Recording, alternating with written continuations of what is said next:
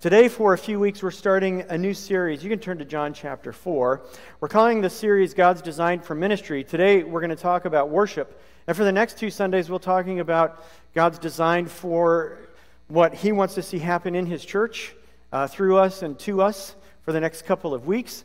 Be a little bit different than the last segment of this series that we called God's Design for the Church, where we talked about the structure of the church, but we're kind of moving on to the purpose of the church and what happens internally.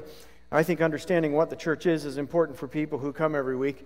We need to know what it is we're involved in. And John chapter 4 is my favorite passage to talk about worship.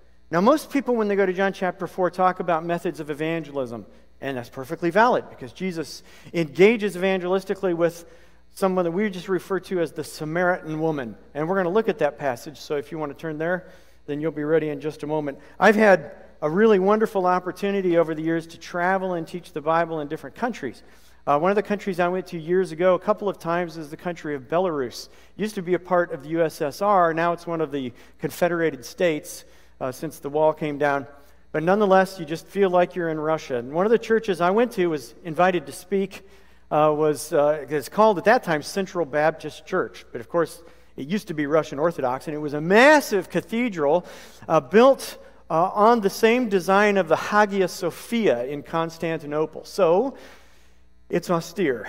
I mean, when you go in, it's like, it was cold too. I mean, everything was cold, but the inside of the building was cold. And the Baptist Union, which was the group that I was with, is very formal, at least it was at the time. And so it just felt even more cold. Everything was very rigid and very stiff and very formal. And the building was just overwhelming. You know what it's like when you go into a cathedral. How many have been to Europe and been in a cathedral? Yeah, it isn't like here. We have what I call sheetrock cathedrals here. This church is far more beautiful than most of the churches that are being built today because of codes and requirements. It gets really expensive and the buildings get more and more simple. And in Europe, they took like 250 years for multiple generations to build something that just takes your breath away. And we don't see that happen here and probably won't. So I've had that experience, and I think I was terrified, if I remember right, because I had to preach through an interpreter, a translator, and I hadn't prepared well. They told me I'd have like 20 to 30 minutes. I wasn't thinking I prepared 20 or 30 minutes in English. It had to be translated. I had 15 minutes, tops. So when I got up and saw the translator, I went, oh shoot. And I had to just collapse everything down. And I don't think there was anything impressive about it, if I remember right. Now, from there, I had another opportunity, and you know this because this church sent me in many ways to Uganda.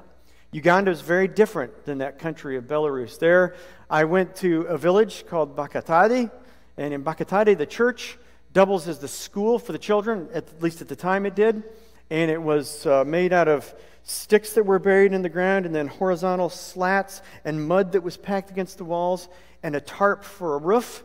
We went into the building, and I realized at some point that, oh yes, this is going to feel different. Instead of the austere, stiff, and sit still and don't make any noise and don't clear your throat feel, which was what I had in Belarus, we started worshiping right away. And worshiping meant dancing. It meant dancing. I was born and raised a Baptist.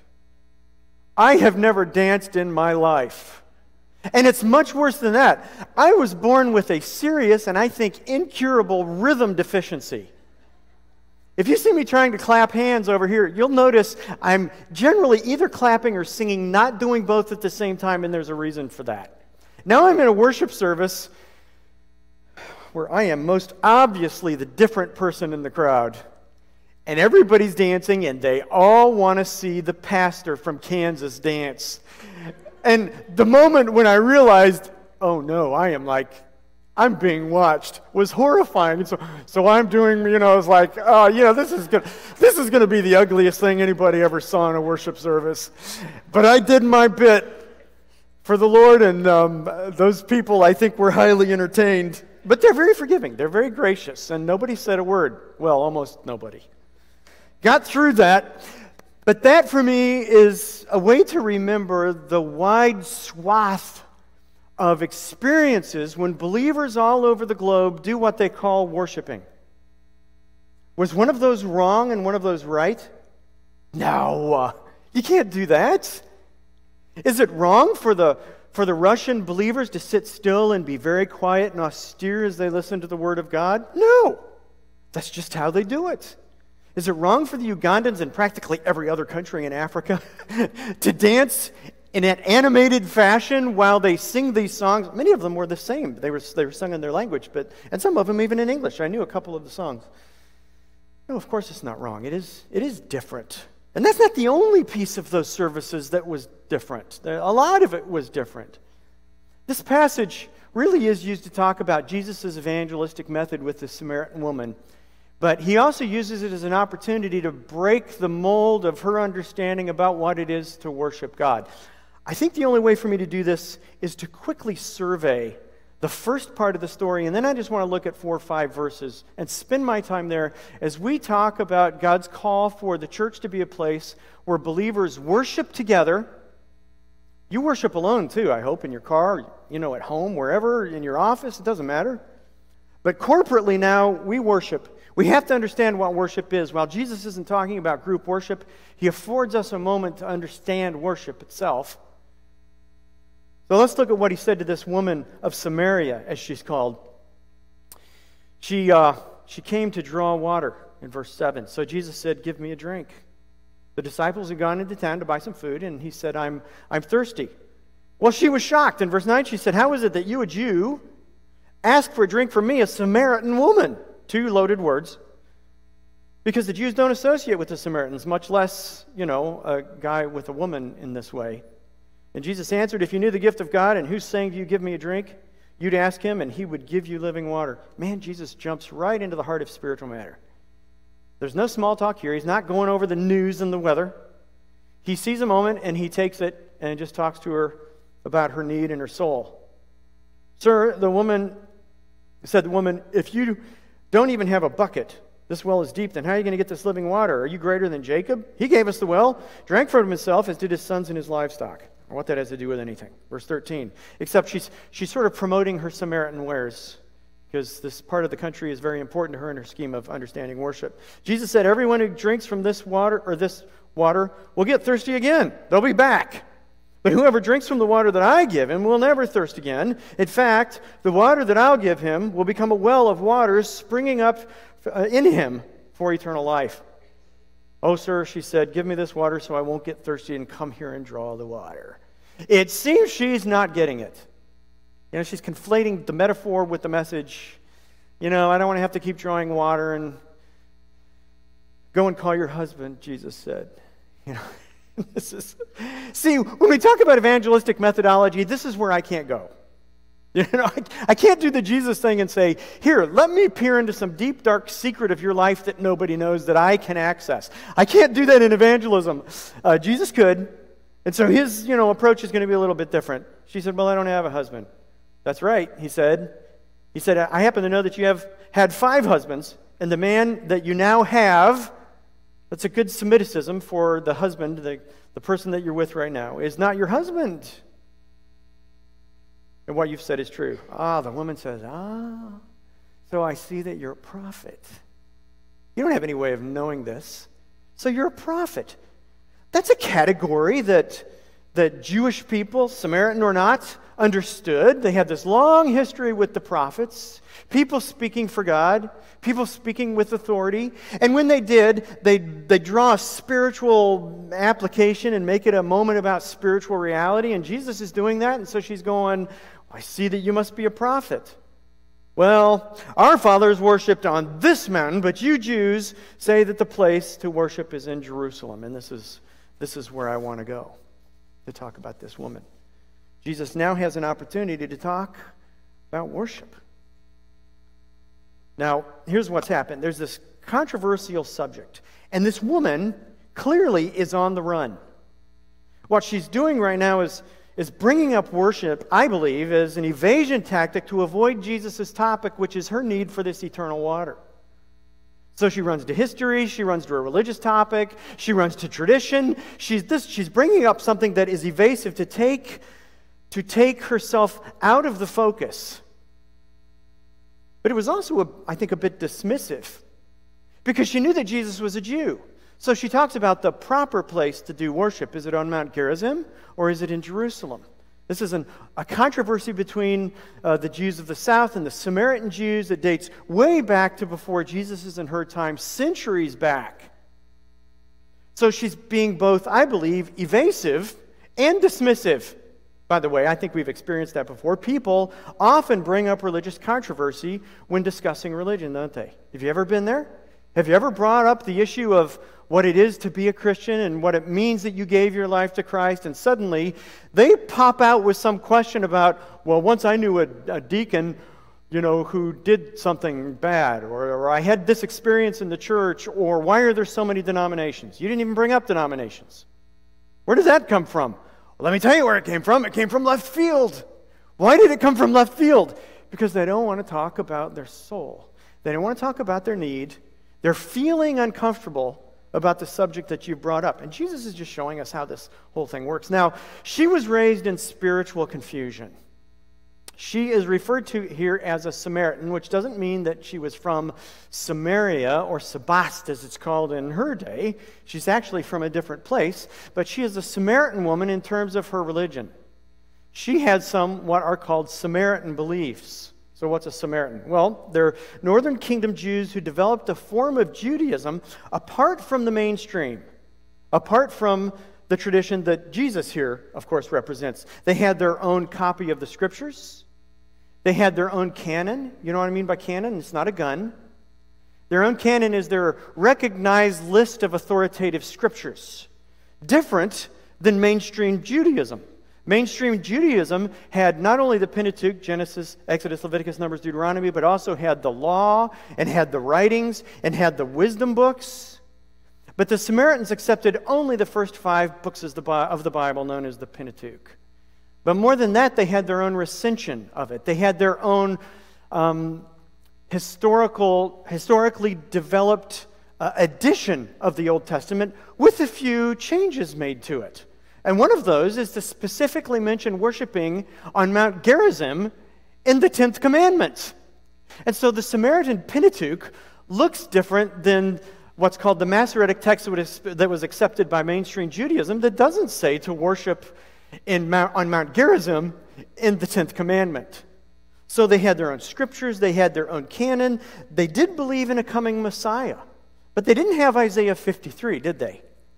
Just think about what you would believe about a coming Messiah without Isaiah 53 and without all the other references of the prophets. Well, they did have Deuteronomy 18, right? Where a prophecy is made of a prophet coming to speak for God, but they sort of equated this coming prophet that would come, whom they called the Taheb, they equated him with Moses.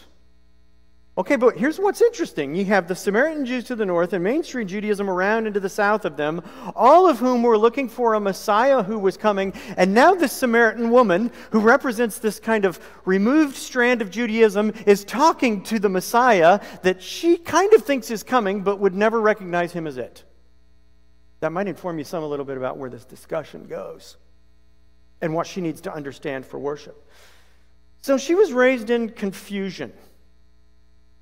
And there were several things that she did. We'll talk about those in a moment. But she saw worship, and this is important, church, she saw worship as a matter of theological controversy. Wow. And I think a lot of Christians today see worship as a matter of theological controversy. I'm not saying there isn't theological controversy involved in the various expressions of worship that are going on in the globe, but this is someone who should understand the God of Abraham, Isaac, and Jacob. And she couldn't get further. She couldn't understand more because her approach to worship was so embroiled and enmeshed in theological controversy. I think we're living in a day where it's very similar. We have people who have not come to Christ, but maybe they've come really close. You say, what do you mean by that? There are people who draw up to the church and draw near to religion, to Christian people and Christian communities, but they stop shy and short of really embracing Jesus because they think that the whole thing is embroiled in controversy. It's muddy, it's murky, and it's unclear. And we need, of course, in this day to be perfectly clear about what the gospel is saying. The world doesn't need more fuzziness. The world needs more clarity, and that's what the pulpit is supposed to be about. And Jesus is about to clarify some things for her. So what was it that she misunderstood?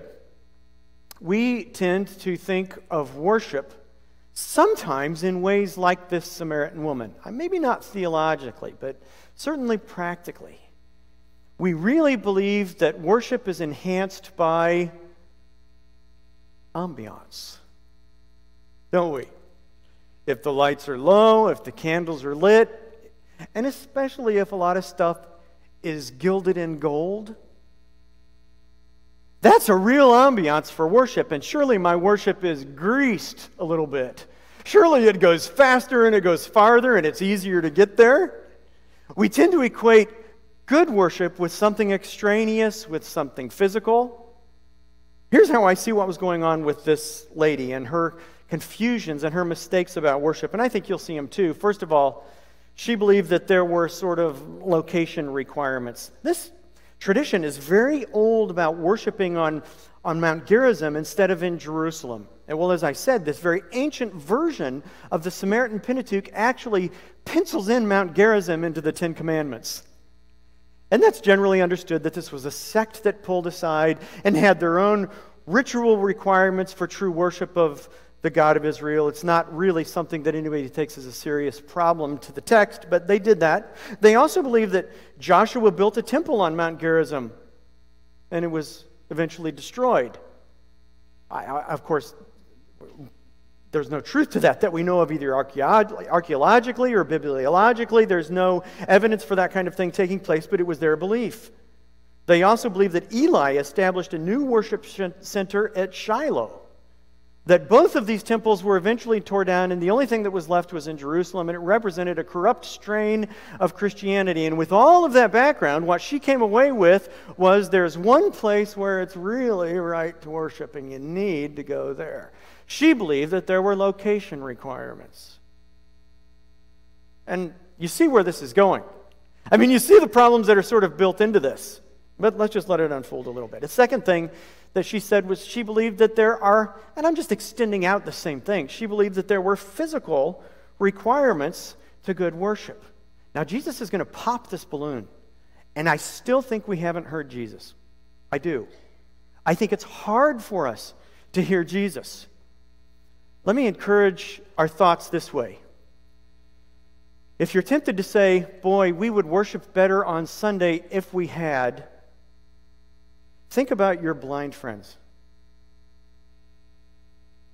Or if you're tempted to say, I could worship better if I could dance like Isaac, think about your paralyzed friends.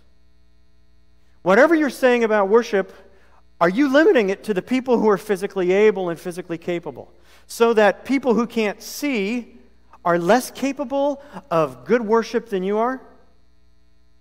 People who can't move their arms and legs can't worship quite as good as you can? I don't think anybody wants to say that, but we don't tend to go ad absurdum with our own thinking, and maybe we should extend it out to its ultimate logic.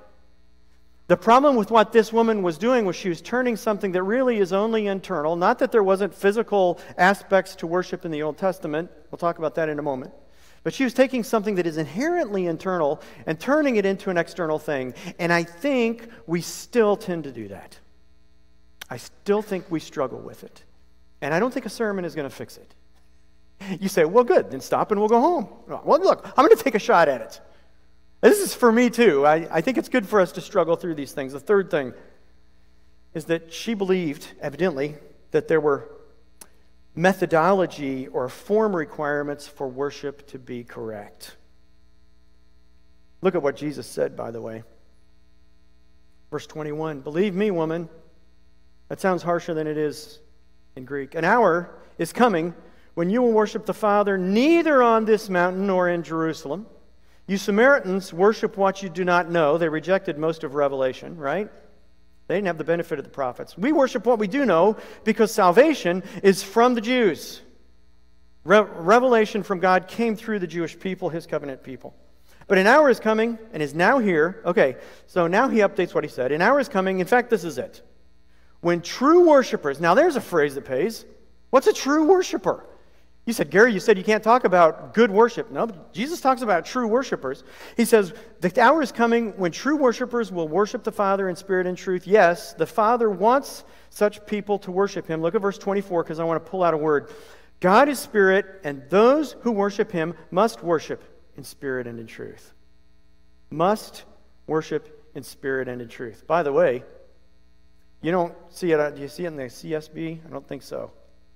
No, you don't see it in the CSB, but when she says, our fathers worshipped on this mountain, but you Jews say that the place you must worship is in Jerusalem, she got that there was a tension there. But Jesus says the must involved in worship is not about where you go. The must involved in worship is about engaging internally, your spirit, and engaging at the level of truth. I think here's what Jesus is saying. I don't care about Belarusian culture. I don't care about Ugandan culture, and I don't care about American culture in so much as it invades the church, because worship is something that happens beyond all of that. And we tend to equate it with everything that happens externally, as frightening as that might be. By the way, if you want to look at it, you see a picture here. You see Mount Gerizim and Mount Ebal. If you look in the Old Testament, you remember that was the Mount of blessing and of cursing. And you have Shechem, I don't think you can read that, but sort of in between the two mountains. And when she says, our fathers worshipped on this mountain, she's talking about Mount Gerizim, which is on your left there and on my right. Obviously, you could have had this antiphonal screaming back and forth of blessings and cursings that you read about in the Old Testament long before the time that Jesus is talking to this lady at the well. But they have this history that takes them back there to a number of the patriarchs and the fathers who did various things in this place, and how the covenant unfolded in such a dramatic way for God's people. And Jesus is saying, as important as these mountains and these locations are, God's looking for something different in his people. And somehow we have to get there. Her language is about what must be done. And by the way, I think her language sort of betrays our thinking too, because we use phrases like this that probably, I think, are problematic. We talk about doing worship right, or we talk about good worship, don't we? What is it when you do it right? Is it like the Ugandans, or is it like the Belarusians? Or is it like Southern Americans or Northern Americans? Or Eastern or what? Well, we're in the middle, so that's got to be the right thing. Of course. We're Kansans, maybe some Missourians. Sorry, anybody else. Well, all of that is wrong. And Jesus is trying to help her see that worship is something that happens outside of those kinds of considerations. And in fact, he says, if you really want to worship, here's what God is seeking, is the word that he uses. Those who worship in spirit and in truth. And in fact, if you want to worship him, you must worship in those domains. In the domain of spirit, domain of truth. So, the corrected view. And I think all of this is pretty clear. It unfolds in these verses. Here's what Jesus is saying as I see it. To correct her misunderstanding about worship. And, maybe it'll help us, maybe not. Again, I'm going to take a stab at it. The first thing is that the place is just not important. When he says this, he says, believe me, woman, an hour is coming. He's using prophetic language. She had just said, sir, I perceive that you're a prophet. You know where you get this phrase, a time is coming and now is, an hour is coming and now is. There's a day that is coming. It's repeated over and over by the prophets in the Old Testament. Jesus picks up the language and validates her claim that he is, in fact, a prophet. She already knew it because he knew these details about her life that probably freaked her out a little bit. But he validates that just in the way that he talks to her by using this language to say that the place is not important where you do worship. I have another memory, and I've shared it with you before. I'll go ahead and do it again. When I was 14, I went to Peru on my first missions trip. We're talking about going to Mexico. These have a profound impact, and if you can take one, you should. I went to Peru, and we went to a little fishing. Well, it was a village then, now it's a city, but it was called Callao, out on the coast of the ocean. And we went to a church that I thought was not going to be much, because we walked in it and there was no roof and there were 3 walls. And there were about 4 people. And I thought, well, this is going to be quite a time tonight. Pretty soon people started packing in. And they packed out that building so that they were even outside the door. And bless his heart, pastor or a worship leader or whatever he was got up with a guitar that was out of tune, and I think he had 3 teeth if you counted every one of them. And he led that group in the most incredible singing that I couldn't really engage in that much because I didn't know the songs. And I was stunned for the first time in my life in a worship experience. I'd been in churches where the choir was 100 people and the attendance was over in the thousands. I mean, I had all those experiences, but none of them shocked my soul like the worship experience in the little fishing village of Callao. There was something really powerful about what God was doing with his people there. And why could that happen? Because the place was not important. God was doing something with the people there through a bunch of individuals who had given their lives to reach this part of the world. And he was stirring in the souls of a community, and that is what worship looks like. It doesn't have anything to do with the building. You think about the building, but God doesn't. I think about the building sometimes, but God doesn't. Jesus is saying the hour is coming, and later on he says, in fact, this is it. It's not going to be this mountain, it's not going to be that mountain, because you're confused about worship, what worship is. This is a powerful message. Second thing he was telling her is that the Messiah is the main thing. You Samaritans worship what you don't know. We worship what we do know because salvation is from the Jews. What is from the Jews? Soteria. Salvation is from the Jews. And how is that? Because from the Jews would come the Messiah. It's all detailed out in the prophets that you guys happen to reject. You've removed yourselves from God's revelation of himself in his Messiah, confused it with the Taheb and with Moses. He's going to tell her, I am the Messiah.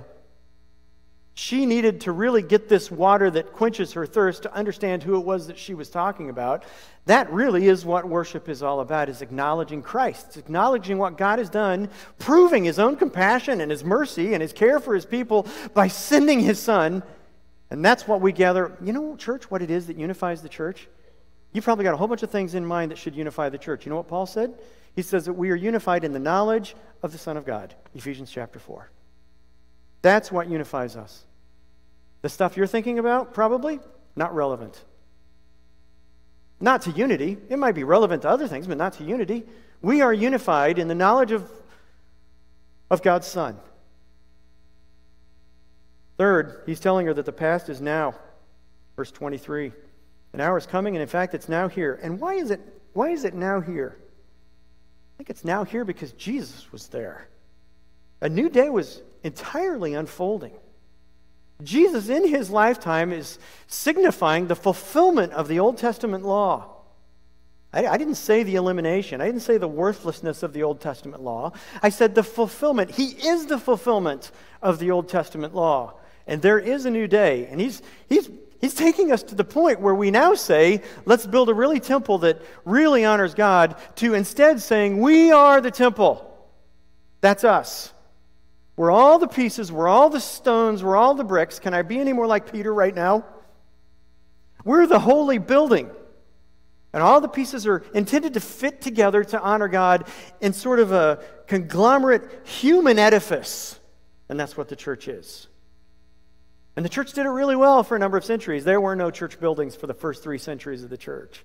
The church got a footing and didn't confuse its mission with its campuses and with its capital campaigns, and with all the things that we have to do today in order to find a place to meet. They had these hard, difficult, and trying years where they focused simply on the gospel and on their unity and their fellowship together. He's also telling her that spirit and truth are the context for true worship. I love this. The hour is coming, it's now here, when the true worshipers will worship the Father in spirit and in truth. What is spirit? In fact, as I'm looking at it, the CSB actually has spirit capitalized. It does not need to be capitalized, and in fact, I have no reason to think it should be capitalized. I don't believe it refers to the Holy Spirit, but I believe it refers to worshiping in the domain of spirit, which we all have. Spirit is a little bit different than the word soul in the New Testament. Although they refer to the immaterial part of the person sometimes, not always, but sometimes the word spirit is used with specific meaning to refer to the capacity of man to relate to God. What is a soul? No, it's not a class. I don't want to confuse everybody, but a soul, in one sense, is not physical, right? Mormonism teaches it's physical, but it's so fine you can't see it. Well, this is not Mormon theology. We believe that the Spirit is immaterial, just like God is Spirit. He's going to say that in a moment. God doesn't have corporeal being. You can't touch him. He doesn't need a really, really big chair because he's huge. He's not corporeal in that sense. But God is a spirit. We also have a spirit within us, and it's at that level of spirit, the intangible, that we worship God and we relate to him. The Spirit, I believe, is a capacity of the soul by which we can relate to God. Ours is made in the image of God. Animals also have a soul, but theirs isn't made in the image of God, and they don't relate to God in a relational way. They don't need to be saved. We don't have puppy evangelism at First Baptist Church of Shawnee. We are different and made in the image of God, and with the Spirit we have the capacity to relate to him. There's a big discussion about this. I think this broken capacity in humanity is visible in cultures all over the world, though it's broken. And people try to express in their spirit their capacity to relate to God, and then it gets all confused in the expression and they begin to worship something else. They realize they need to acknowledge something is responsible for all this, but because they're dead in their spirit, the expression goes all wrong and they become idolaters. Jesus says if you really want to worship now, that Spirit is the key to it all. You relate to God, and it's all internal, and it doesn't matter if you're blind, and it doesn't matter if you're mute, and it doesn't matter if you can't move your arms or your legs. You have the same internal and innate capacity to know the God who is there. And that is what worship is, and that's why it can happen in Callao, and that's why it can happen in Minsk, and that's why it can happen in Córdoba, and that's why it can happen in Bacatade, because none of that matters. You don't have to go to a place. You don't have to go to the temple to worship, church. Truth. He also said to worship in spirit and in truth. It's an interesting pairing, isn't it? Spirit, I believe, refers to our spirit. Truth, of course, refers to the truth that guides us when we would take the opportunity to worship and misdirect it somewhere else. God has revealed himself very specifically in his Son. That is Christianity. And the truth of all of that is what guides and informs us as Christians. And that's why we bother to come in on Sundays and engage ourselves around a text, because we believe it is revelation. Oh, I have a good story. I don't have time for it. So what's the contrast to this? We worship in spirit and truth, which contrasts to the way she was thinking. She wanted to make something that was physical worship and something that was traditional worship. By the way, this is not about law, because the law didn't say worship on Mount Gerizim. It was a tradition of this particular subsect of Jewish peoples that started worshiping on Mount Gerizim. And Jesus is saying, look, worship is not about your physical requirements for an experience, and it's not about the traditions by which you imagine what worship looks like. What really directs true worship and what God is looking for are those who engage internally, acknowledging God's presence, and all of that is bound in by his truth, so we don't confuse him with other things and go in weird directions. That, now, is worship.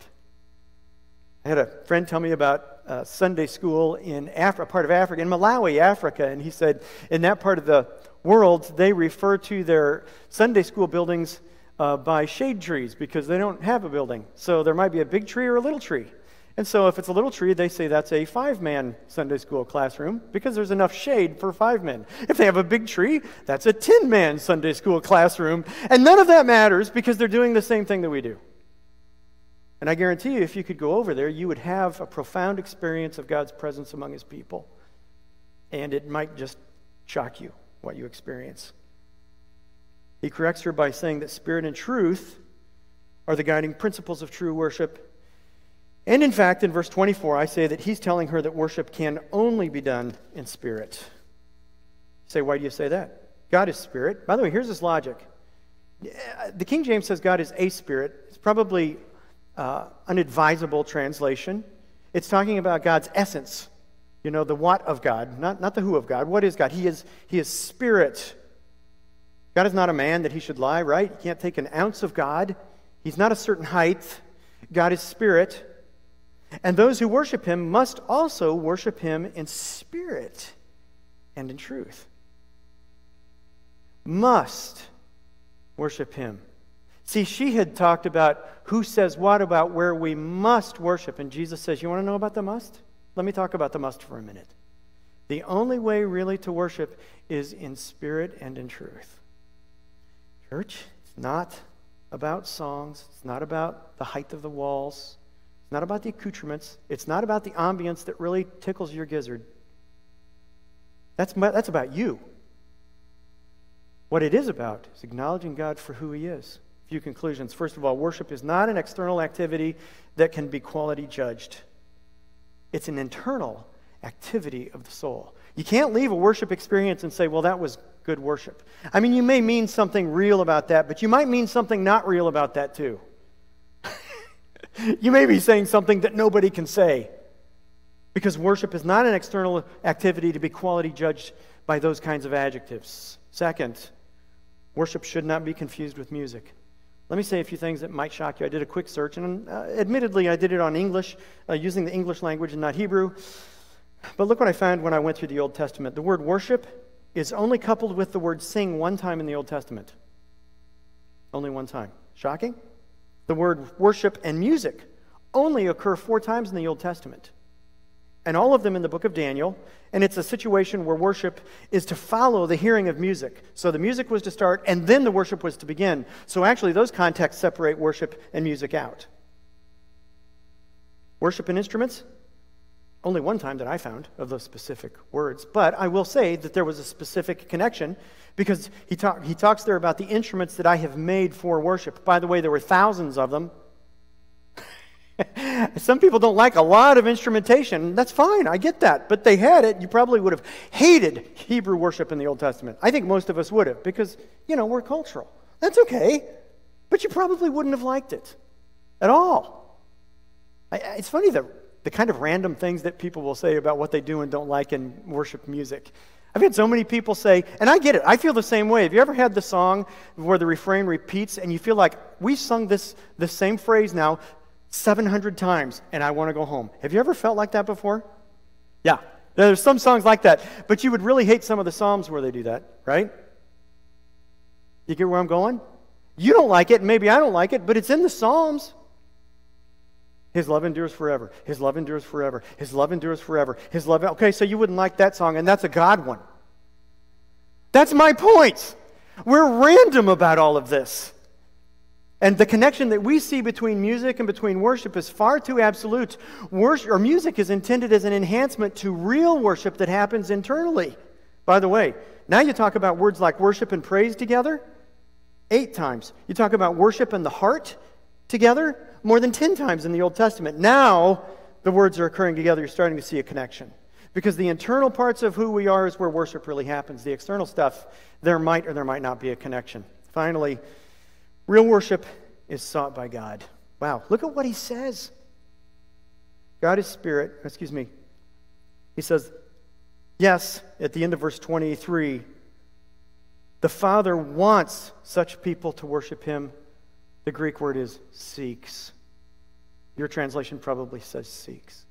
The Father is seeking those who will worship him in spirit and in truth. By the way, seek and God occur like 40 times in the Bible together, but every time that I found, with the exception of this one, it's about man seeking God.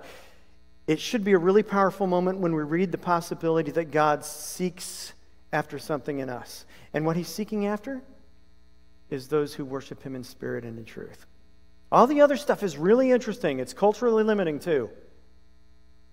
I'm not saying that it doesn't have a place to talk about it. I mean, Ben and I and Russell, we hammer out all the time what we think about doing things this way and that way. But, our opinions are opinions too. The fact is, what we want to see happen is for the truth to so overwhelm the soul when it's presented from the Scripture that we become different people, think differently, we're challenged, we're corrected, we're motivated, we're moved. We can't be the same people because of the overwhelming power of the text on our lives that moves the people internally to say, God, I was wrong about myself. Well, that may be confession and it may be other things, but church, don't kid yourself. That's worship. That's worship. It has to be internal.